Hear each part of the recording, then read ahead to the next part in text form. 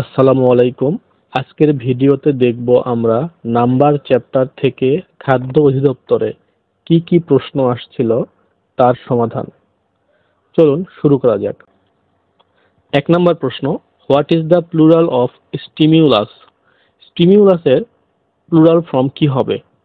৪টি অপশনের মধ্যে সঠিক উত্তর হবে স্টিমিউলাই, অর্থাৎ এটি হলো ঘ নাম্বার অপশন। ২ নম্বর প্রশ্ন, আইডেন্টিফাই দ্য কারেক্ট সেন্টেন্স। পরীক্ষায় আসছিল ২০২১ সালে। অপশনগুলো হলো the scenery of Cox's Bazar is attractive, the sceneries of Cox's Bazar are attractive, the scenery of Cox's Bazar are attractive, the scenery of Cox's Bazar is attractive.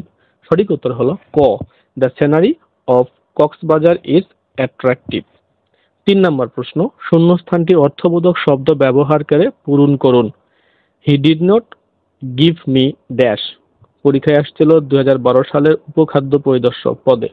অপশনগুলো হলো much advice, much advices, many advice, many advises. সঠিক উত্তর হলো ক, মাচ অ্যাডভাইস। ৪ নম্বর প্রশ্ন, শূন্যস্থানটি অর্থবোধক শব্দ ব্যবহার করে পূরণ করুন। This company does not need dash. অপশনগুলো হলো many machines, much machine, many machine, much মেশিনেস।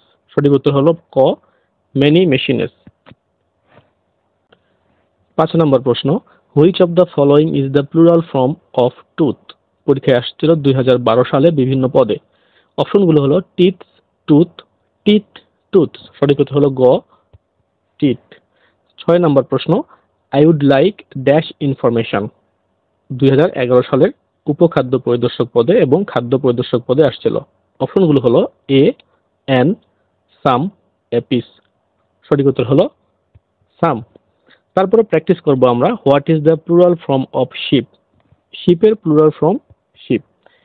৮ number, what is the plural form of the word louse? লাউসের প্লুরাল ফর্ম কি? সঠিক উত্তর হলো লাইস। ৯ নাম্বার প্রশ্ন, which one of the following words is in singular form? এই অপশনগুলোর মধ্যে কোনটি সিঙ্গুলার ফর্মে রয়েছে? উত্তর হলো রেডিয়াস। ১০ নম্বর প্রশ্ন, হুইচ ওয়ার্ড ইজ প্লুরাল? এখানকার মধ্যে কোন ওয়ার্ডটি প্লুরাল? অপশনটা হলো, অপশনের মধ্যে রয়েছে ক্রাইটেরিয়া, এটাই হলো plural. Thank you so much প্রিয় বন্ধুরা। আমাদের ভিডিওটি ভালো লাগলে অবশ্যই চ্যানেলটি সাবস্ক্রাইব করে আমাদের পাশেই থাকবেন। আসসালামু আলাইকুম।